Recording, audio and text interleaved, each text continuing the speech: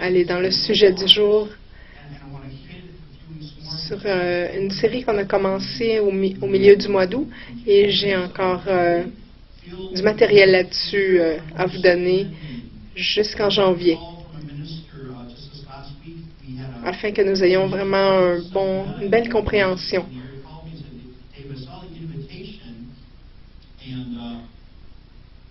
I appreciate you, but I have to admit I'm on a whole different wavelength. I'm not into this apostolic stuff, this control, this manipulation, this authoritarianism.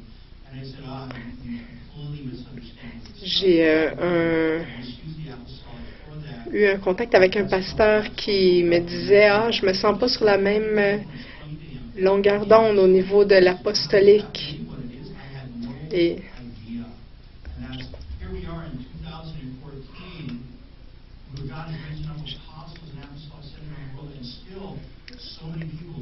il y a beaucoup de gens qui ne comprennent pas ce que Dieu est en train de faire. Mais je ressens vraiment une pression de l'Esprit à vous expliquer, à bien comprendre, afin d'accepter ou de rejeter ce que Dieu nous appelle à être. C'est rien d'autoritaire, c'est apostolique. Vous vous souvenez, la première chose qu'on a parlé, c'était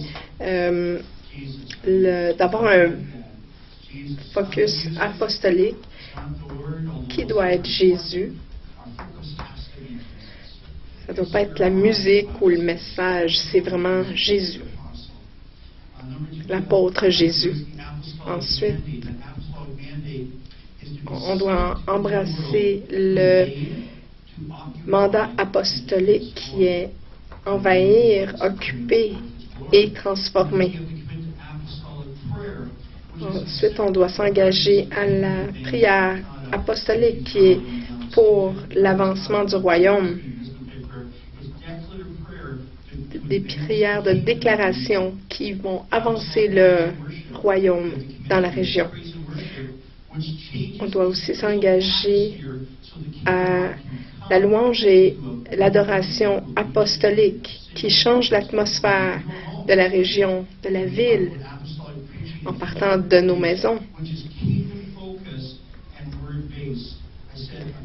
Ensuite, je vous ai parlé la semaine dernière de l'enseignement des messages apostoliques qui enseignent comment manifester le royaume de façon externe avec des signes et miracles, les dons de l'esprit, et aussi de le manifester intérieurement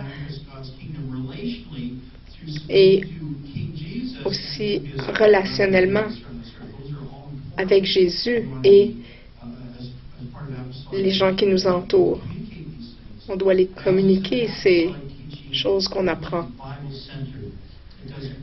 L'enseignement apostolique est centré sur la Bible. J'espère que vous vous rappelez l'enseignement de la semaine dernière de Glenn Blickney qui a parlé de la gloire de Dieu. C'était tellement une fondation importante à propos de comment la gloire de Dieu est reliée au salut.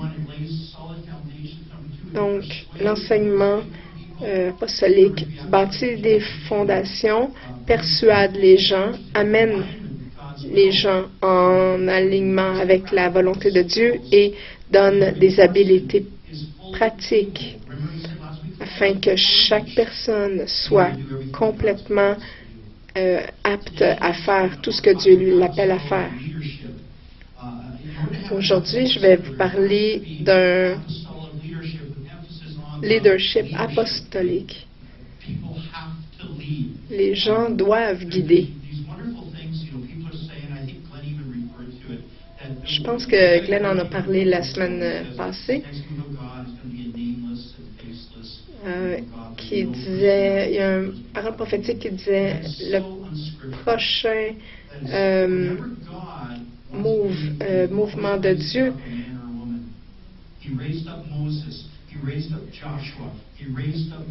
va être un mouvement sans visage. sans nom.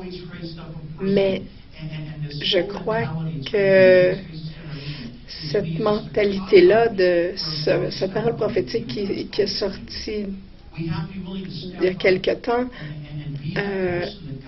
je ne crois pas qu'elle est appropriée. Dans la Bible, les gens que Dieu a appelés au leadership, ça a toujours été une personne qui est devenue leader. À mon avis, il va y avoir beaucoup de visages et de noms, mais pas sans visage et sans nom. Il va y avoir beaucoup de noms. Ça va être l'armée de Dieu. Donc, ce message aujourd'hui, je l'ai vraiment appelé le leadership apostolique parce qu'un centre apostolique doit avoir deux choses. Des leaders, des apôtres véritables, mais aussi d'autres leaders qui ont donc des apôtres et des leaders apostoliques qui guident d'une manière apostolique. La plupart des réveils spirituels, on a vu les leaders, dès qu'ils tombaient en burn-out, s'arrêtaient. Regardez à Wales. Lorsque Evan Roberts a tombé d'épuisement, le mouvement a arrêté. Ça a duré à peine 1 an. Alors, je vais vous parler de ça dans 2 semaines. Mais je vais vous parler aujourd'hui comment être un leader apostolique. Et il y a 6 éléments. Ces 6 éléments à évaluer. J'ai des gens, des fois, qui viennent me voir et me disent « Ah, c'était dans ce meeting apostolique et je me suis fait dire que j'allais être un apôtre. » Mais il faut faire attention parce qu'il faut être prêt. Si Mike, par exemple, dit à un de ses fils « Ah, je pense que tu vas vraiment être un médecin un jour. » Si Sean ou Scott sont intelligents, ils vont faire attention et ils ne vont pas se mettre à opérer quelqu'un tout de suite. Même si Dieu dit aujourd'hui à Scott, tu vas être un médecin, je vais attendre au moins qu'il finisse ses 6 années d'études médicales. Et je vais m'assurer que sa main est ferme et valider qu'il y a eu des opérations avec succès. Donc, même chose avec l'appel de Dieu. Si Dieu vous appelle à être un apôtre, faites-vous pas faire des cartes d'affaires le lendemain. Il faut aller à l'école de Dieu et c'est un petit peu plus difficile. Donc, il y a 6 caractéristiques de leader apostolique. Il représente. Vous savez, un apôtre, c'est quelqu'un qui est envoyé.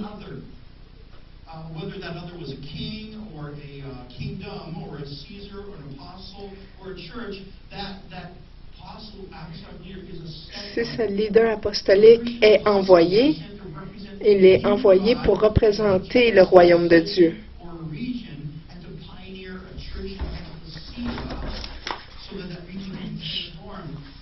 Pour que ça puisse être transformé comme dans Jean 17:3. Ceci est la vie éternelle, afin qu'ils puissent te connaître, le seul vrai Dieu et Jésus-Christ, celui que tu as envoyé. Il a été un apôtre du Père parce qu'il a été envoyé par le Père avec la mission du Père pour représenter le Père. Apocalypse 21:14. Les murs de la ville avaient 12 fondations et sur chacune d'elles étaient les 12 apôtres de l'agneau.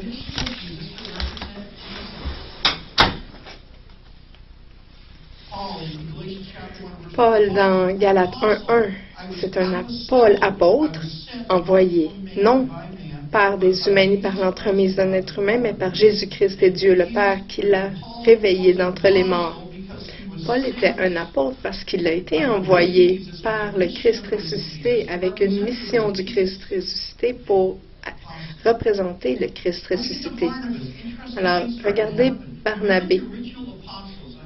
C'est très intéressant. Vous allez voir, il y a beaucoup de dates, mais je ne veux pas vous mélanger. Vous vous rappelez, lorsque il devait remplacer Judas par un autre apôtre, c'était Matthias, on a cette idée que chaque personne qui va être un apôtre doit avoir vu Jésus, parce que tous les apôtres avaient vu Jésus. Mais regardez Barnabé, acte 11:22. La nouvelle parvint aux oreilles de l'Église de Jérusalem et on envoya Apostello, Barnabé, en lui demandant de passer à Antioche. Barnabé était un apôtre, mais il n'a pas été envoyé par l'apôtre Jésus et sa mission pour représenter Jésus. Mais plutôt, il a été un apôtre de l'Église de Jérusalem, envoyé à Jérusalem pour représenter l'Église de Jérusalem. Il a été envoyé à Antioche, pardon. Regardez Actes 13, versets 1 à 5. Dans l'Église d'Antioche, il y avait des prophètes et des enseignants, Barnabé et Saül. Alors, après avoir jeûné et prié, ils posèrent les mains sur eux et les laissèrent partir. Apolluo en grec.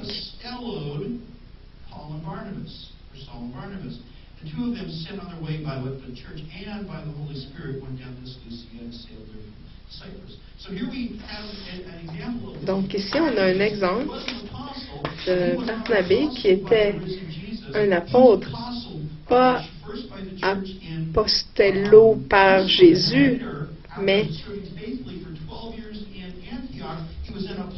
plutôt, après avoir servi 12 ans à Antioche, il a été apostello par l'Église d'Antioche. Il a aussi été envoyé quand même par l'apôtre Jésus après l'avoir rencontré. Un leader apostolique ne peut jamais dire « mon ministère » parce qu'il est envoyé par quelqu'un d'autre pour les représenter.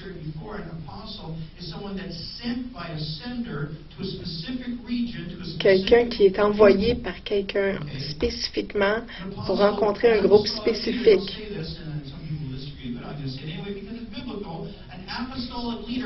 Un leader apostolique qui n'est pas envoyé n'est pas un apôtre, parce qu'un apôtre, par définition, est toujours envoyé.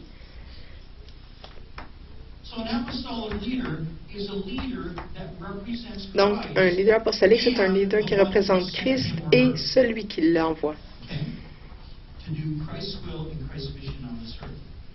Pour faire la mission de Christ sur terre. Ils représentent. Ils n'ont pas de ministère. Ils représentent le ministère de quelqu'un d'autre.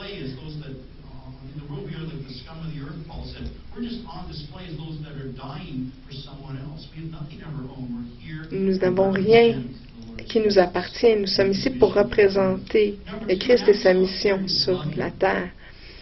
Numéro 2, un apôtre. Deuxième caractéristique, c'est il est aimant. Il est conduit par l'amour de Christ pour les gens.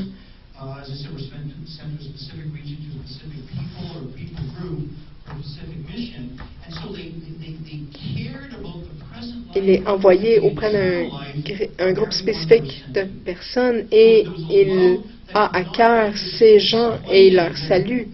Cet amour-là ne peut pas être expliqué en termes humains. C'est un amour divin qui est déposé en leur cœur. Regardez Philippiens, versets 3 à 8. Je remercie Dieu, je remercie mon Dieu chaque fois que je pense à vous. Toutes les fois que je prie pour vous, je le fais avec joie. Il est bien juste que j'ai de tels sentiments envers vous tous. Je vous porte en effet dans mon cœur. Dieu m'en est témoin. Je vous aime tous avec la profonde affection de Jésus-Christ.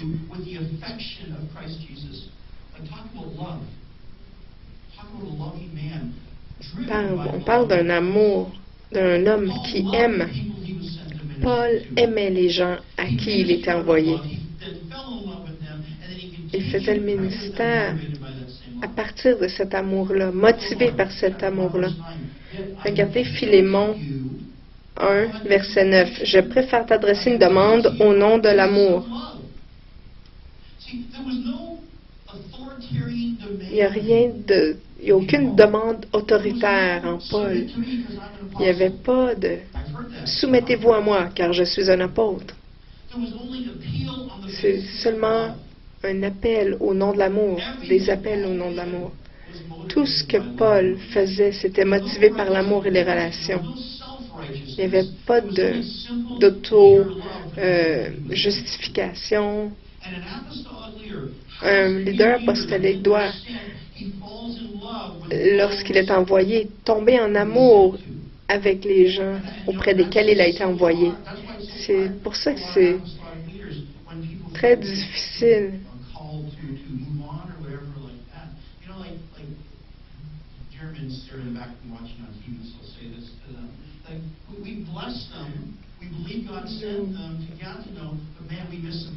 Bénissons Jerome et sa femme, mais ça m'attriste de voir qu'il va partir à Gatineau. Je connais sa femme depuis qu'elle a 5 ans. Il y a cet amour qui sort de leur cœur pour cette région.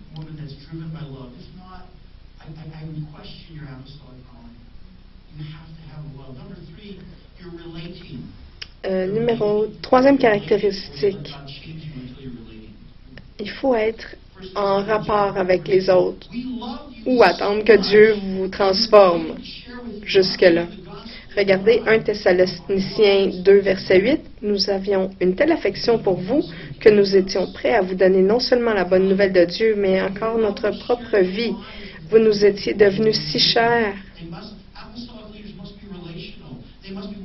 Les leaders apostoliques doivent être relationnels, ouvrir leur vie aux autres. Ils ne vont pas seulement arriver à quelque part, donner un bon message et partir. Ils vont déverser leur vie dans les autres. Lorsque Glenn Blakeney est venu ici faire le ministère, il est resté après pour partager, répondre à vos questions. Nous sommes allés dîner après et il a continué. On a fait ça tout le week-end. On a dû le laisser partir le lundi matin. Mais juste, il voulait vraiment nous connaître plus.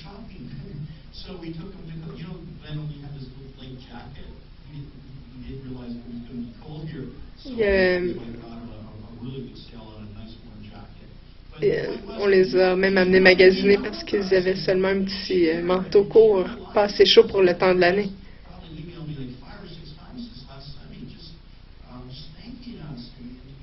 Et on est resté en contact toute la semaine par courriel. Ils nous remerciaient.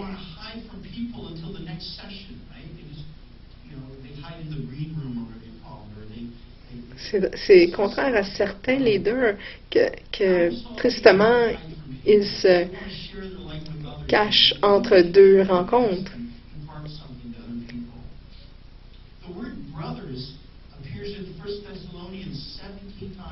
Regardez le mot frère apparaît dans Thessaloniciens 17 fois dans la première lettre aux Thessaloniciens. Not just the family of God, but also as his own family. He actually Paul voyait my family now is cette Église comme sa famille. I want to embrace you as the family. In 1 Thessalonians 2:7, Regardez 1 Thessaloniciens 7, carry 2, 7. Nous avons fait preuve de douceur parmi vous comme une mère qui prend soin de ses enfants. with each of you as a father deals with his own children. Et dans 1 Thessaloniciens 2, 11, vous savez que nous avons agi avec chacun de vous comme un père avec ses enfants. Because he saw them as children, your children, and just the love that you L'amour était maternel et paternel à la fois. son and father to God. 1 Thessalonians chapter 2, verse 8. Regardez avec quelle affection tendre il parlait, il leur communiquait. Dans 1 Thessaloniciens 2, 8 et 3, 6, vous nous étiez devenus si chers, nous désirons vous revoir. As he wrote the letter back to the Thessalonians, because those believers were so dear to him. Ces croyants étaient très chers à son cœur. Relational. Un leader apostolique doit être en relation, Relationship. And so you can't just say, well, I'm an apostle. en faire une priorité. People and Passer du temps avec les gens, s'ouvrir à eux. people. I had a hip pull Saturday morning. Man, J'avais Saturday morning. un mal de tête samedi matin Hard, et clear, and also receive, right? It was c'était un gros rhume de cerveau en fait. Et j'ai fait vraiment l'effort d'aller au déjeuner des hommes pour écouter, partager et donner. La quatrième caractéristique d'un leader apostolique, c'est quelqu'un qui se sacrifie, qui offre sa vie.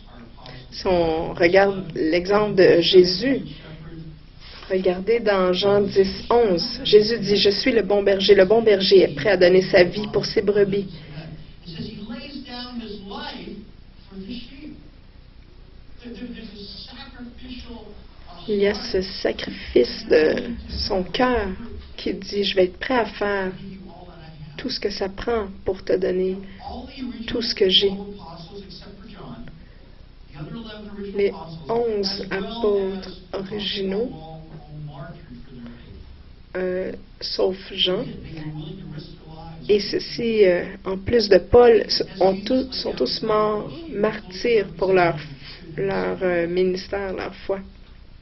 Acts 20, verse 24. Regardez Acte 20, 24. Mais ma propre vie ne compte pas à mes yeux. Ce qui m'importe, c'est d'aller jusqu'au bout de ma mission et d'achever la tâche que m'a confiée le Seigneur Jésus. I may finish the race. Proclamer la bonne nouvelle de la grâce de Dieu. Ma vie ne m'importe peu. Ce qui est important, c'est le message que Dieu m'a donné. Je veux vous partager et vous transmettre ceci. When we were with you, we kept telling you we would be persecuted. And it turned out that way, as you well know. He said, we knew in advance we were going to be persecuted. Regardez comment un leader apostolique doit être prêt à faire face à la persécution dans 1 Thessaloniciens 3, verset 4. En effet, lorsque nous étions encore auprès de vous, nous vous avons prévenu que nous allions être persécutés. C'est ce qui est arrivé, vous le savez bien. Regardez 1 Thessaloniciens 3, 7. Ainsi, au milieu de toutes nos détresses et de toutes nos souffrances, nous avons été réconfortés à votre sujet, frères, grâce à votre foi.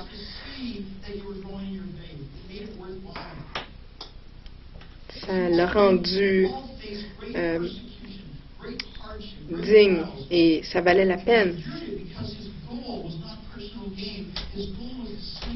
Le but de Paul était de voir leur foi grandir. Et seulement ça était suffisant. Ça valait la peine.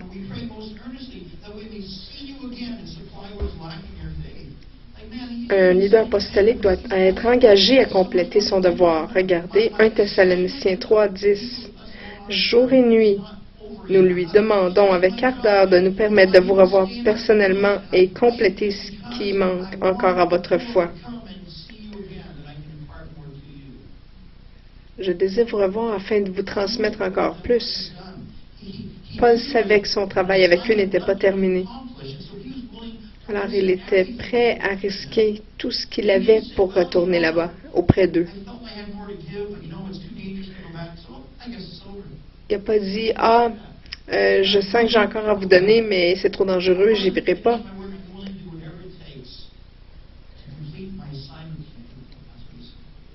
Il était vraiment engagé à compléter son devoir auprès d'eux. Regardez comment aussi il a placé le ministère devant son profit personnel. Dans 1 Corinthiens 9, 14, de même aussi le Seigneur a établi comme règle que ceux qui annoncent l'Évangile vivent de l'Évangile.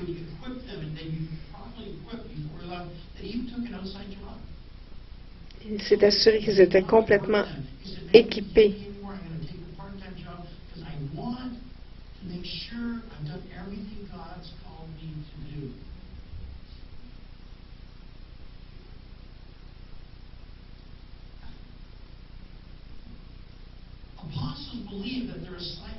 Les apôtres croient que leur mission vient de Dieu. Alors, ils ne vont pas à quelque part pour faire le ministère à cause des profits qu'ils peuvent en faire, des offrandes qu'ils vont recevoir.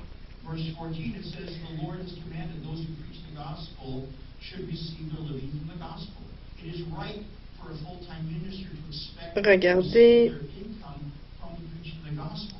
comment Paul avait l'attitude juste en disant dans 2 Corinthiens 2, 17, c'est que nous ne sommes pas comme tant d'autres qui font de la parole de Dieu leur petit commerce. C'est avec sincérité, c'est de la part de Dieu, devant Dieu et dans le Christ que nous parlons. Je ne vais pas aller à un endroit parce que je pense que vous allez me donner ce qui me manque en tant que besoin physique. Je vais vous donner ce que Dieu m'a donné de vous donner et je vais faire confiance à Dieu de combler mes besoins. Sa motivation n'était pas un gain personnel, c'était la volonté de Dieu qu'il souhaitait voir accomplir.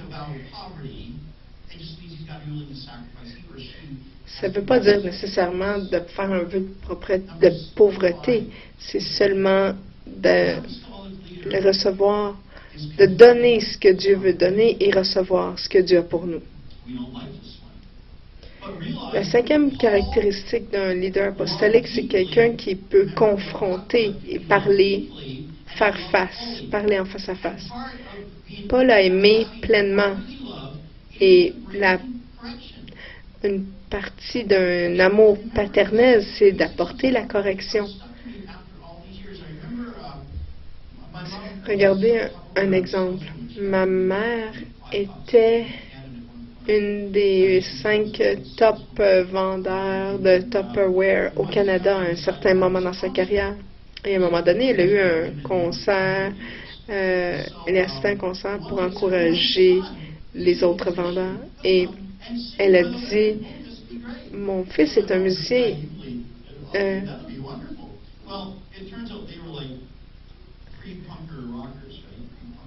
Il y a une femme qui a dit, je vais inviter mon fils, il est musicien. Et c'était un groupe punk. Et c'était tellement violent, c'était très négatif, ça parlait comment le monde était mauvais, il y avait tellement de colère dans cette chanson. La pauvre mère et ma mère aussi, tout le monde était rouge et honteux.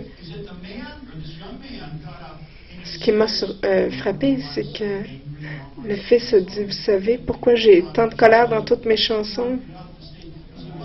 Sa mère ne voulait sûrement pas l'entendre. Et il a dit, savez-vous pourquoi je suis tellement en colère? Parce que mes parents m'ont jamais permis de sortir les vidanges. Et j'ai dit, quoi? Il a dit, mes parents ont vraiment pris soin de moi.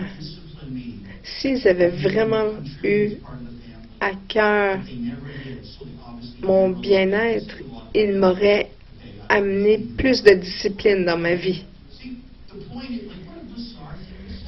Quelle chose étrange, mais le point, c'est qu'il a questionné l'amour de ses parents parce qu'ils l'ont jamais, ils n'ont jamais donné des responsabilités dans la famille. Alors, la responsabilité d'un père, d'un amour paternel, c'est d'amener de la correction, de la discipline. 1 Thessaloniciens 4:1, on n'a pas le temps de le lire au complet, mais c'est un très, très bon exemple de confrontation.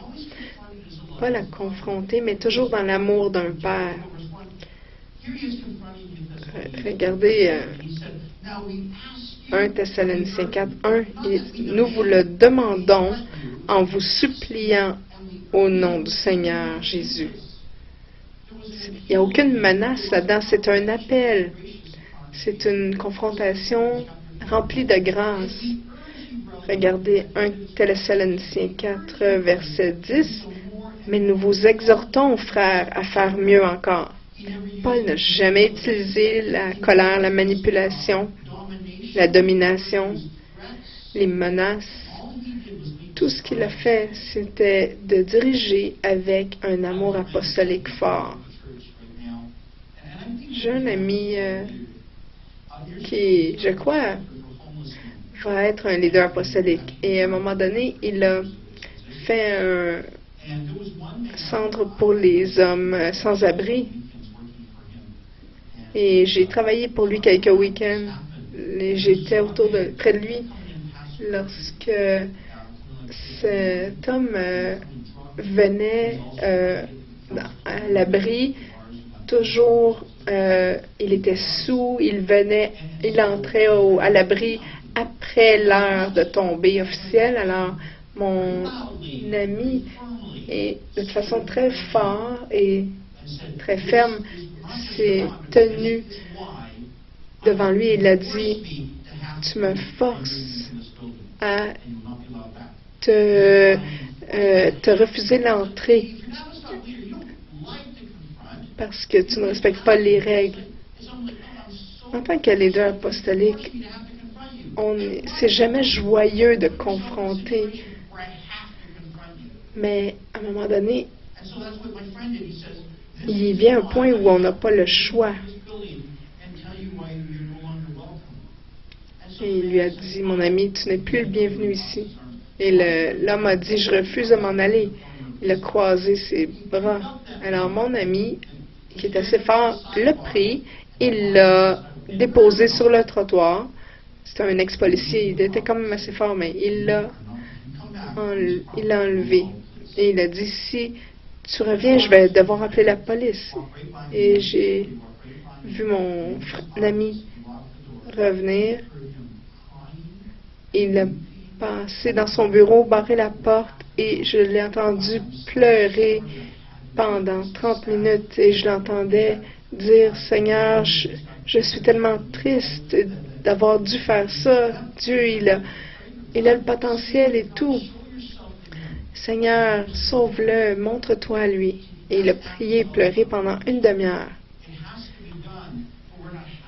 Ça, c'est vraiment une confrontation apostolique.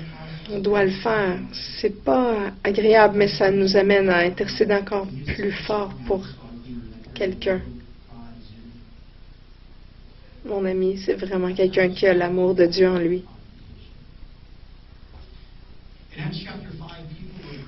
Regardez comment les apôtres, les leaders apostoliques peuvent parler courageusement. Dans Actes 5, versets 3 et 4.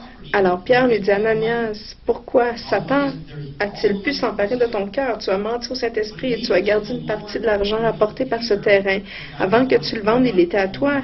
Et après que tu l'as vendu, l'argent t'appartenait, n'est-ce pas? Comment donc as-tu pu décider de commettre une telle action? Ce n'est pas à des hommes que tu as menti, mais à Dieu.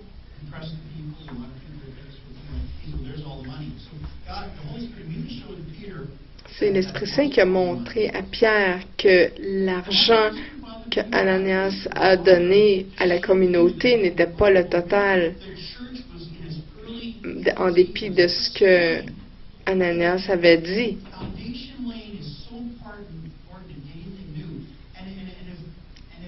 La fondation est très importante lorsqu'on commence quelque chose. Alors, s'ils avaient permis aux mensonges de se répandre dès le début, ça n'aurait pas fait une fondation solide.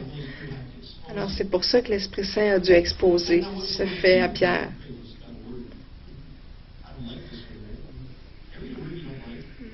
Je viens de recevoir une parole, j'aime pas beaucoup, mais on a eu une fois un Rick Callan qui est venu ici, qui a prophétisé devant les gens. Et là, il s'est arrêté et il est venu me partager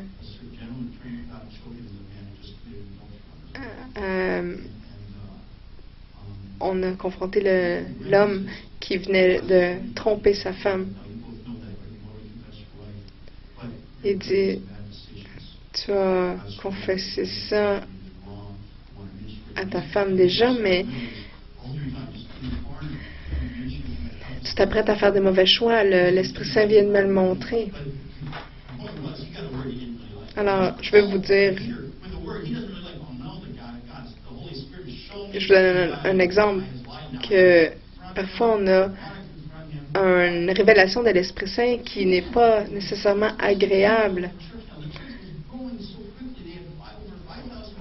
Alors, regardez dans ce contexte-ci, l'Église grandissait très, très rapidement. Ils avaient comme 5000 personnes et ils avaient vraiment besoin des offrandes pour partager aux veuves et aux orphelins. Et là, Pierre avait un choix difficile à faire.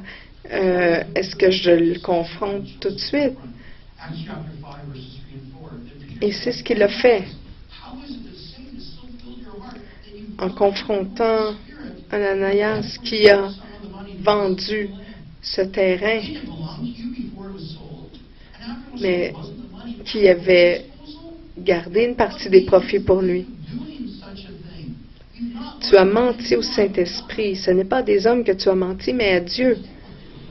Vous savez, on ne peut pas mentir à Dieu. Pierre était prêt à perdre pour ne pas permettre aux mensonges d'infiltrer les fondations de l'Église. Je me rappelle dans Acte 20, verset 29, quand Paul est à Éphèse et il s'en va à Jérusalem. Et voici quelqu'un qui vient et qui dit, tu vas être arrêté, tu vas être attaché. Alors les leaders disent, non, vas-y pas. Mais Paul a dit, non, je sais que je dois y aller. Paul dit, après que je parte, les loups vont venir et essayer de prendre votre place. Un vrai leader apostolique a l'onction de protéger l'Église. Paul a dit, pendant que je suis ici, vous êtes protégés, mais quand je vais partir, l'onction apostolique ne sera plus ici, les loups vont venir. Alors, les anciens, faites votre possible pour prendre ma place et protéger l'Église. Parce que les apôtres ont une onction divine pour confronter, exposer et enlever de l'Église les éléments dangereux. Mais il savait que Paul savait que les anciens en place n'avaient pas cette onction. Alors il les a avisés. Donc il leur a dit, faites de votre possible pour être ces hommes que je vous ai entraînés à être et protéger l'Église. Le dernier point, la dernière caractéristique d'un leader apostolique, vous voulez être un apôtre, soyez prêts à confronter. Alors, donc, la 6e caractéristique d'un leader apostolique, c'est de construire. Ils sont envoyés par Dieu dans une certaine région pour défricher et bâtir. Regardez 1 Corinthiens 3, versets 9 et 10. « Car nous sommes des collaborateurs de Dieu et vous êtes le champ de Dieu.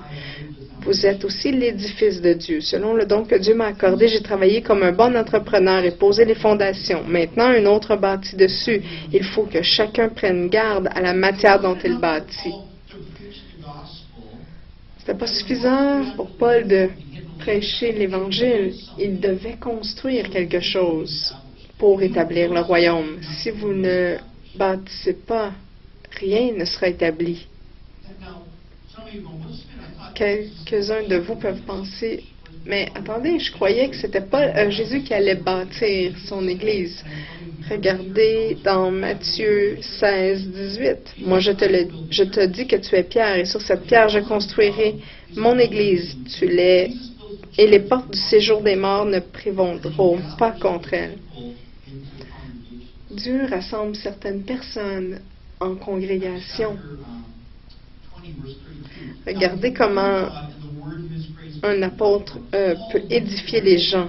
Dans Actes 20, 32, « Et maintenant je vous confie à Dieu et à la parole de sa grâce, qui a la puissance d'édifier, de donner l'héritage parmi tous ceux qui sont sanctifiés. » Regardez Éphésiens 4, verset 12. « C'est ainsi qu'il a rendu le peuple de Dieu apte à accomplir son service pour faire croître le corps du Christ. » Jésus bâtit son Église, mais les leaders apostoliques sont appelés à bâtir les gens en les mentorant, les entraînant, les enseignant, afin qu'ils puissent être efficaces dans le ministère. Ils recueillent des gens dans l'Église. Regardez 1 Pierre 2, verset 5. « Vous-même, comme des pierres vivantes, construisez-vous pour former une maison spirituelle, un saint sacerdoce, afin d'offrir des sacrifices spirituels agréés de Dieu par Jésus-Christ. » Il les forme, les édifie ensemble, les bâtit.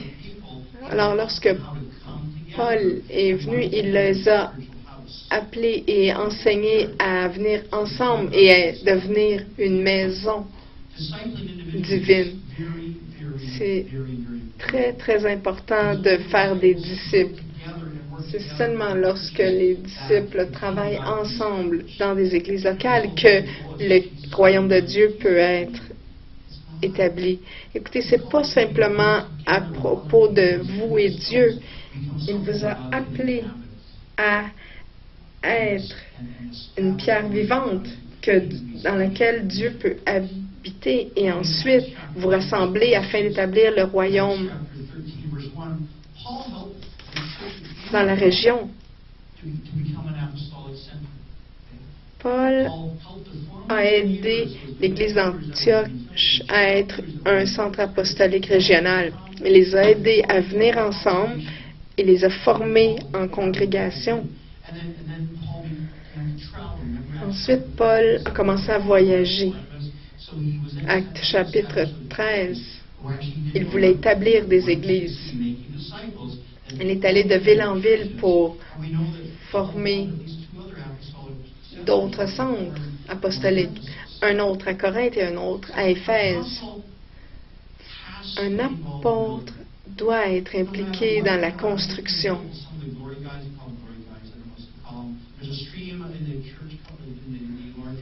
Il y a un courant dans l'Église qui parle des sermons de gloire.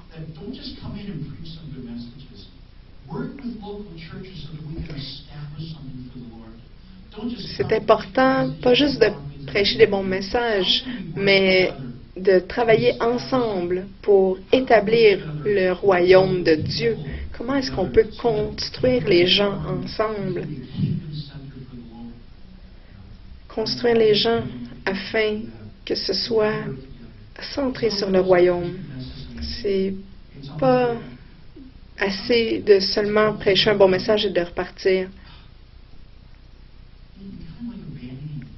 c'est comme si on abandonnait les gens. Vous avez transmis certaines choses, puis ensuite vous partez.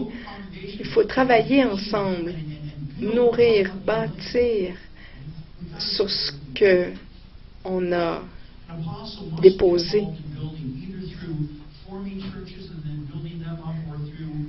Former des églises, les bâtir, prendre des églises qui sont existantes et les fortifier afin qu'un ministère soit valide. Il doit avoir quelque chose qui se bâtit. Si on met tout ça ensemble, comme je vous dis, il va en avoir 6 autres caractéristiques la semaine prochaine, mais rappelez-vous qu'un leader apostolique représente. Il représente celui qui l'a envoyé. Un leader apostolique est en relation avec les autres. Il est très aimant, il est motivé par l'amour. Un leader apostolique se sacrifie pour la cause de l'Évangile. Un leader apostolique confronte ce qui est pas sage. Et un leader apostolique, c'est un bâtisseur qui bâtit le royaume de Dieu. Dieu a besoin d'apôtres et a besoin de leaders apostoliques.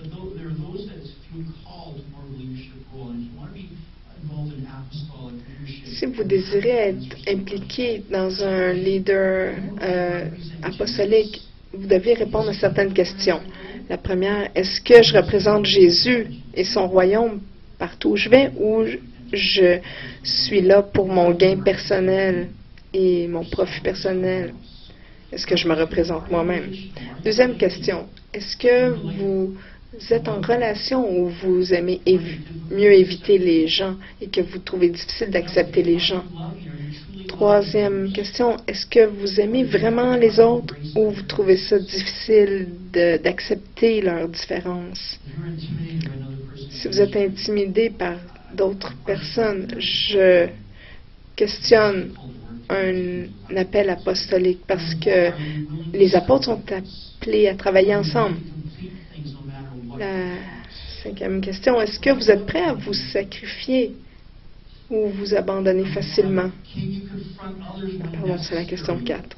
Et question 5, êtes-vous prêt à affronter, confronter ce qui est nécessaire dans les mauvais comportements et ou vous laissez passer?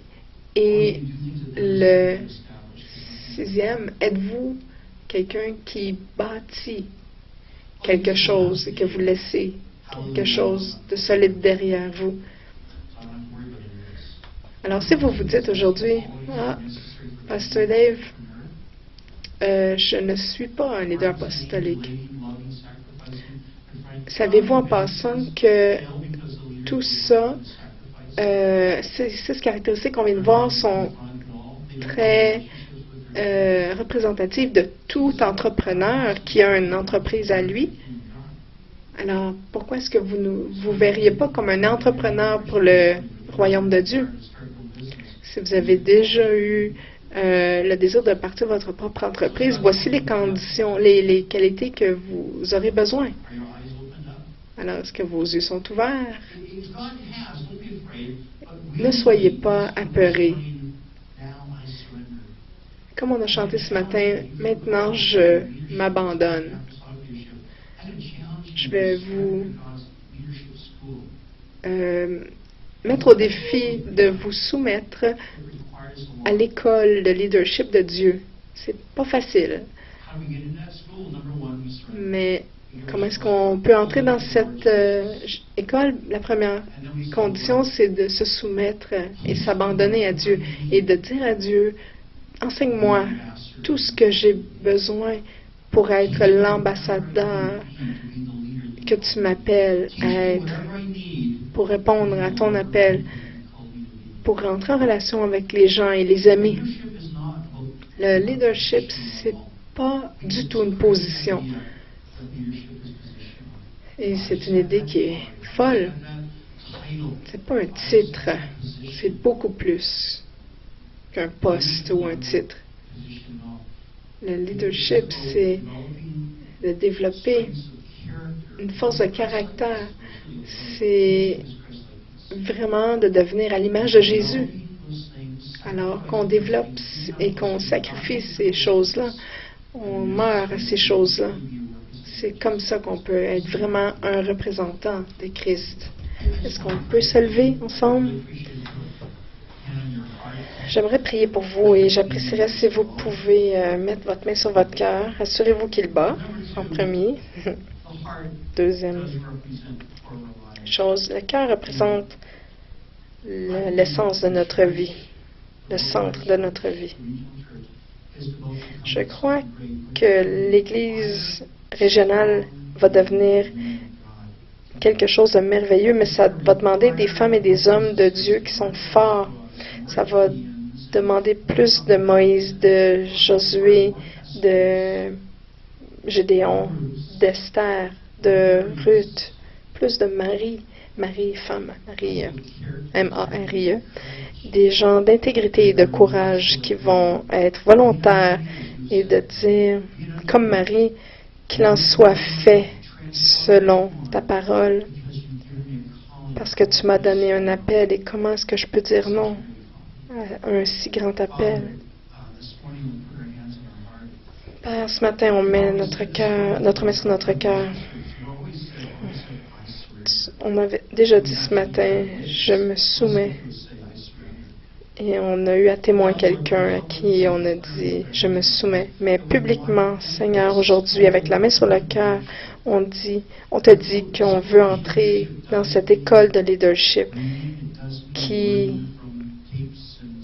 implique de l'enseignement, de l'apprentissage sur des enseignements, des CD, mais aussi de te permettre de nous enseigner, de nous montrer ces choses qui ne sont pas en alignement avec ta volonté parfaite et de nous polir. Mais Seigneur, je crois sincèrement que nous sommes fatigués du statu quo, que nous ne sommes pas heureux là où nous sommes, stagnants.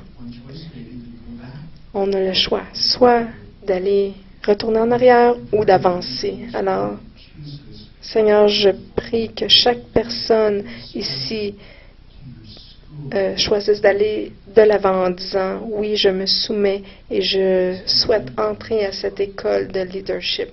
Alors, prenons une minute pour parler au Seigneur de ça.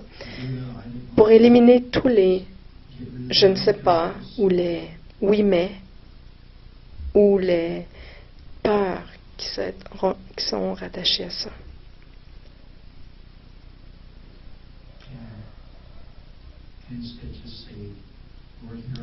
À la place, vous pouvez seulement dire, Seigneur, me voici, envoie-moi,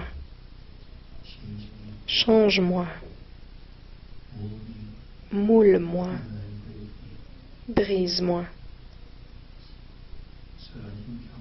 afin que je puisse devenir l'homme ou la femme que tu m'appelles à être pour la gloire de ton évangile et la gloire de ton royaume. Dans le nom de Jésus. Amen.